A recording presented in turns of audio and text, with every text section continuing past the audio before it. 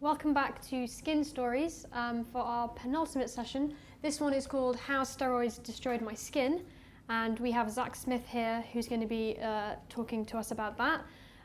We also have Nick here, the founder of 47 Skin, and what Skin Stories is trying to do is break down this notion of like flawless skin, perfect skin. We've heard from some amazing speakers already this afternoon, and everyone is kind of focused in on that, and yeah, saying the skin that you're in is fine, it's more than fine, and the sooner that we can kind of realize that and take that to heart, the like happier we can all be. Yeah, Zach, really nice to meet you.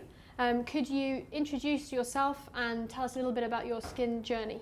Absolutely. My name is Zach Smith. I'm a bodybuilder, acrobat and a dancer and a coach. I've had a lot of ups and downs with my skins through sort of childhood, mainly all over my body with various skin conditions. And as I progressed through my career, I sort of went into musical theatre, became a dancer, and then I had an ankle injury, which pushed me into bodybuilding. And a big part of bodybuilding is performance-enhancing drugs. A lot of bodybuilders are taking steroids to progress further in the gym. And one of my first coaches, you put a lot of trust in your coach, and you sort of just go along with whatever protocol. There's a lot of trust there. And so I sort of just went along with whatever the PEDs he suggested me to take. And I had a really adverse reaction, and my whole back... Sorry, what did he ask you to take? Steroids. So I was taking testosterone, Masteron, Tren, Anavar, and Winstrol. And those are all different types of steroids? All different. They all have like a slightly different purpose, but yeah. Right. But Trenbolone is like a really, really strong steroid. And for someone who, at the time, I weighed like 72, maybe like 74 kilos, I was really new to steroids. Like there was no need to take something like that. You know, it was quite careless. And anyway, the increase in my hormone levels just made me break out in bacne. And it left me with, like, I still have scarring from it on my back, which, you know, being someone who, like, I've been on stage my whole life, and I really wanted to pursue being on stage, being in bodybuilding, being this, like, perfect image of a bodybuilder. You know, it's a very image-driven thing. And then when I had the breakout, it just, like, I was riddled with, like, shame, and it's not something you could speak about, taking performance-enhancing drugs in the normal world. Like in bodybuilding, like everyone knows everyone's on it. But like when you're doing like fitness work, or like I'm a coach as well, so there's a stigma that goes with steroids, and that's just a very visual representation of someone who's taken them. And it just made me not want to take my top off. And for someone who's supposed to be standing on stage and posing and doing all of that, you know, there's a problem. How did that then develop further? So you had this bacne, but you were kind of having to take the steroids in order to pursue bodybuilding. So at some point were you like, the steroids have to stop, or? Stupidly, no. As I said, you develop like a trust with your coach, and there's a few things that you take, like ancillaries alongside steroids, to cope with certain things that can happen. And one thing I actually did refuse to take was the Roaccutane, because I have a history of mental health problems. I didn't want to take it, so like I basically just left my trust in my coach, and I tried to ride it out and see if effectively at least I would gain the muscle tissue, and then I'd figure it out later on. Because at the end of the day, when you get on stage as a bodybuilder, we literally paint ourselves like bronze. So at least on stage it's going to level out. It just meant in my everyday life, like I couldn't be this like confident, take my top off kind of dude filming because as I said, I was an acrobat, and I wanted to pursue the sort of social media side of things more and show off my flips, but then I got really unconfident. And I was touring with a dance show at the time called Dream Boys. And there is a whole other side to that show, which means you have to be very comfortable with your top off, because half the show is that. And I just remember I would always just be like, I'm not turning around, because I didn't want to show off my back. You know, and to this day, I still have the scarring. Like in terms of like new spots and things like that, I found ways to control it. with things like the cleansers and things like that. But you know, I'm going to be forever left with that scarring until eventually the tone evens out or whatever, hopefully. Yeah. Have you found a way to, you've kind of come to terms with that scarring now, like now are you a take the top off guy? Yeah, totally. Like it is what it is, and it's happened, and it's a part of me, and I kind of wear it like a stupid badge of honor from a mistake that wasn't really mine to make. I probably would have made it myself at some point anyway. You know, that reaction was always going to happen to me. So there's no point in beating myself up about it. Nobody is perfect anyway, and when it comes to like mental health, the biggest part of that is acceptance. So whatever's going on, it's just about accepting your situation and doing what you can with it. Has it stunted my career? No.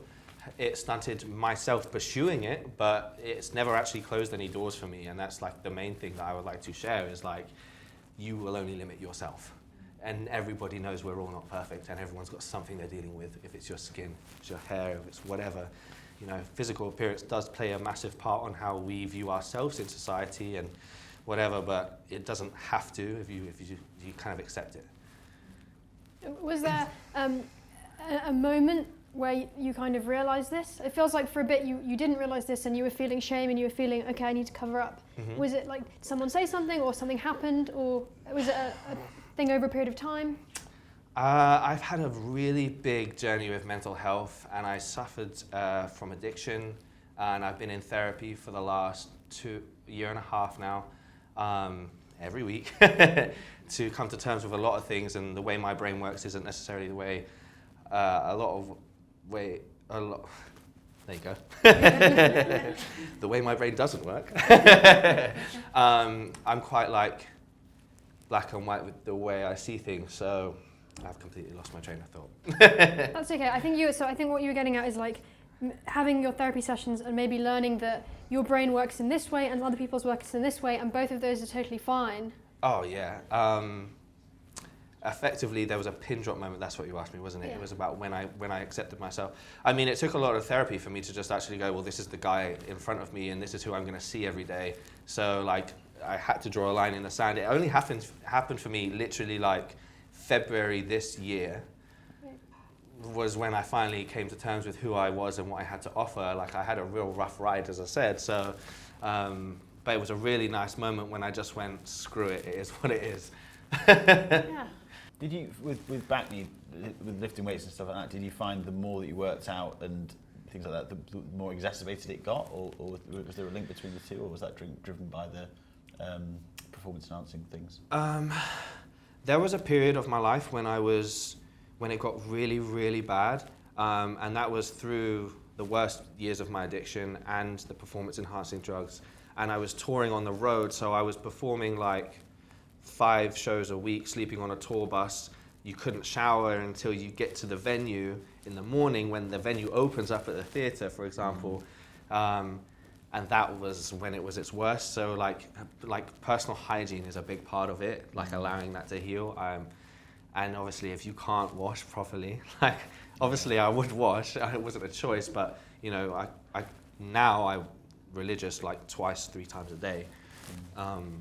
Yeah. And similarly, I guess, because Lou earlier was talking about acne not only as a physical thing that you can see, but also the actual pain that's attached to it, which actually is the first time I've heard anyone talk about that, and that's really interesting because you forget about that element of it, but it is very painful and very sore. Did you find that with your back, especially with working out, you moving your skin around and stuff? Yeah, it was really, really painful. I remember even having a barbell on my shoulders, and there would be oh my God, I can still feel the pain now. You can see it on my face.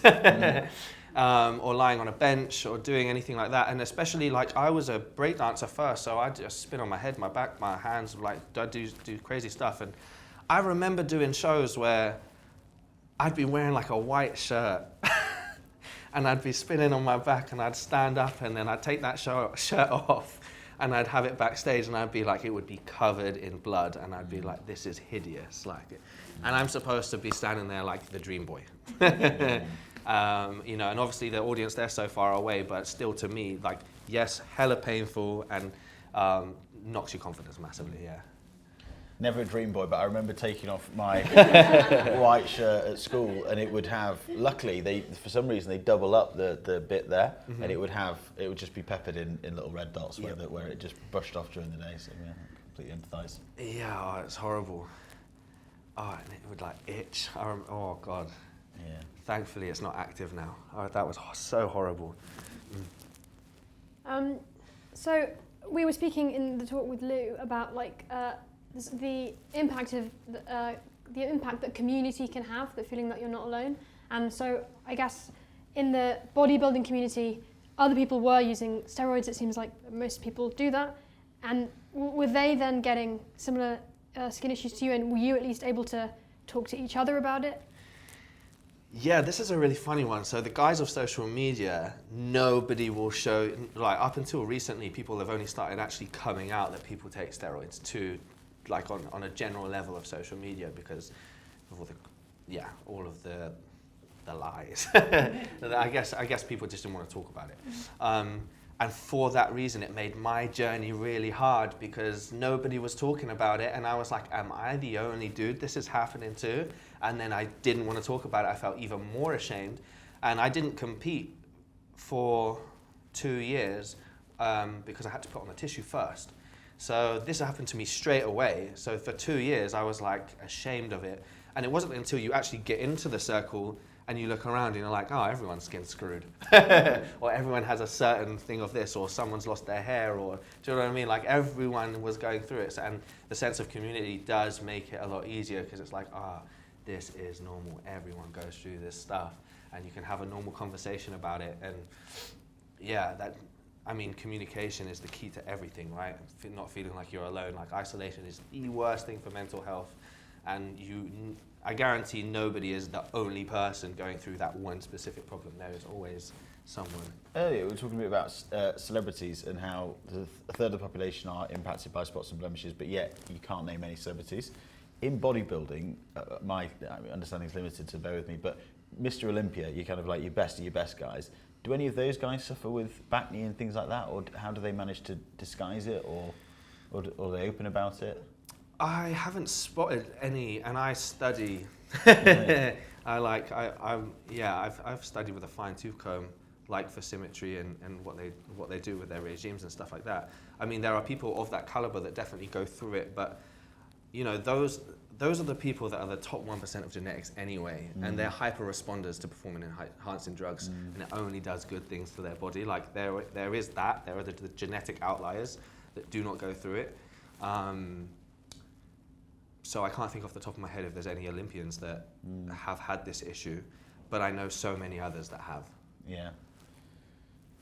I guess that brings us back to this idea that everybody's skin is different, everyone's genetics are different, everybody is predisposed perhaps to certain things. So like I think looking to others for community is a really good thing. Looking to others for comparison and saying, well, that's not what it's like for you is actually not very helpful, because none of us are going to be the same.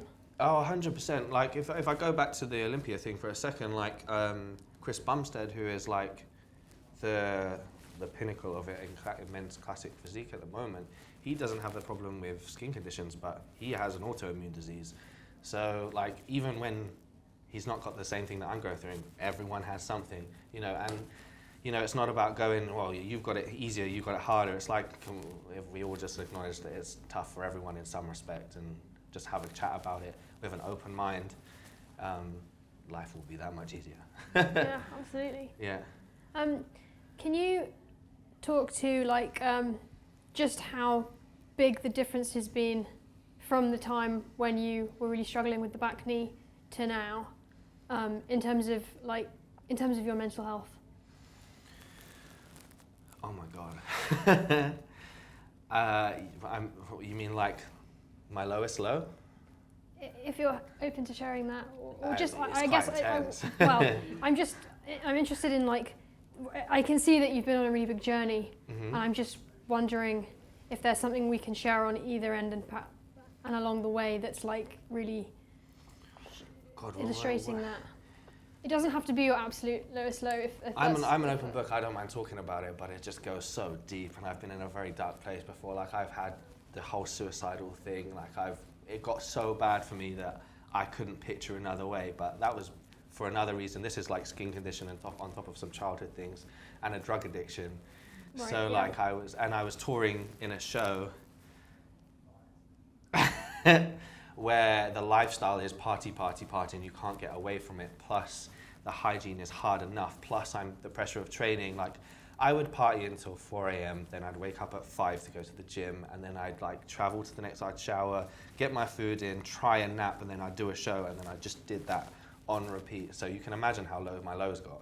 Right. Yeah. But the main takeaways is like that acceptance and the ownership. You know, I was very much guilty of sitting in this like victim place of like, I am the only person going through this, and I was my own worst enemy. I was looking at all the negatives, and I was looking what I didn't have. I was comparing myself to everyone that I had no idea what was going on in their life. I could just see an image of a Grecian god body, and I'd be like, why don't I look like that? When the bottom line is, it's like, I was capable. I had a lot of good things going for me. I had a good support system around me when I finally accessed them. There are ways to deal with everything. There's incredible companies like this that are trying to help avoid going down the chemical route of absolutely destroying your hormone profile or whatever with things like Roaccutane. The same with a lot of companies right now. Like just like the main thing to take away is like really accepting, finding things to be grateful for, and finding that sense of community will pull you out of any dark place. But it's like you have to be ready to look for it, and it is on you. Yeah, it's no one else's responsibility. It's our own responsibility. Wow. Yeah. Thank you for that. You're welcome. Yeah, I think the only sort of question I've got would be because bear in mind the people who are watching and also going to watch it afterwards and things, that facial acne is talked about a fair amount. So it didn't used to be, and certain people have brought it to the forefront in terms of it being discussed. But you can't avoid it because it's somebody's face and you're looking at them, and that's that. The thing that's still to have any kind of spotlight put on it is body acne, and you know people very rarely talk about it. But it's a big problem, and it affects people in terms of comfort, in terms of wanting to take clothes off and things like that. So I think there's a lot of people probably in the audience who will suffer with body acne.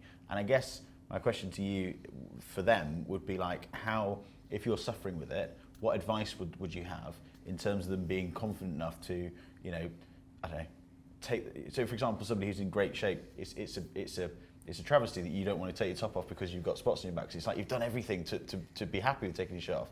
So what advice would you have for those guys who are suffering, who don't want to take their shirt off or don't want to wear certain clothing because it's going to be revealing? What advice would you have for those guys in terms of their confidence? I mean, that's such a hard question for me to answer, but it's just accepting the skin that you're in, and you know, just bite the bullet, take the top off, and realize it doesn't matter. It really doesn't matter. It does not define you, and you deserve to be able to take your top off. Which is, you know, sweet coming from the dude who spent his life building a body to be able to do so, but like, screw me, just do it. I feel like we've got hashtag free the pimple, hashtag take the top off. Maybe. Hashtag free the pimple. Absolutely. And there are totally things that you can do to make it easier, using certain treatments, cleaning up your diet. Like there's going to be ways that can make it better, but for the most part, just accept the skin you're in, because I guarantee you're the only person who really cares. That's great advice. Also, I suppose that our skin is not going anywhere, right? Like, this is the one that we arrived in, grew in, and this is the one we'll remain in. Unless they invent some strange new skin. But for the most part, we will leave also in this skin. So yeah. I guess you're right, you're absolutely right. We should learn to enjoy it. Absolutely, learn to love yourself. Like, this is a gift, it really is. And you should all appreciate that. We all should. Great. Well, thank you so much. If anybody has any questions out there, we haven't been doing this yet, actually. When you first started having acne on your back, what did you try anything to get rid of it that was like? What's the weirdest thing you tried to get rid of it? Did you put anything on it, or? Oh my God, I must have done so many weird things. I mean, anyone that would have had any advice, I would have tried everything. And I was pissed half the time, so I was traveling with that show, so I probably have done many weird things. But no, I've tried loads of like serums and all these things, and that's how I eventually came across 47 Skin actually, and it just seemed to work. I can take the edge off, sort of thing. There's a load of crap. I mean, I used to over exfoliate and do like things like that all of the time, and then I think that's how I ended up really scarring my back. But I don't know about skin. I'm not a specialist, but I was like tearing my skin apart. Oh my god, it was so painful. Yeah. How did it feel when you used the 47 Skin product and noticed it's actually worked? Oh my god, incredible. Yeah. I'm sure anyone out there that's dealing with bacne or acne of any kind would resonate with me, that feeling when it kind of feels like it's finally under control, at least. Like I still have the odd one here and there. You know, like I have 1 or 2 spots on my back right now, but like the fact that I'm not covered, oh my god, it's so much better. Right, we were talking about there being like degrees of success, right? And not pinning success on like the flawless that doesn't exist. Yeah. But yeah, the idea of like keeping something under control is totally. That's good enough. That's great. Back to the question about the what have I tried? What was it called? Dermal needling. Oh, is that when they do fine? Like, Yeah, basically like it's like a tattoo without the ink. Yeah, I had that just all up and down my back like quite a few times, and it did next to nothing. Yeah. Great. Well, thank you so much, and thank you for being so open and sharing all of that with us. You're welcome. Really nice to meet you. Pleasure. And we are done.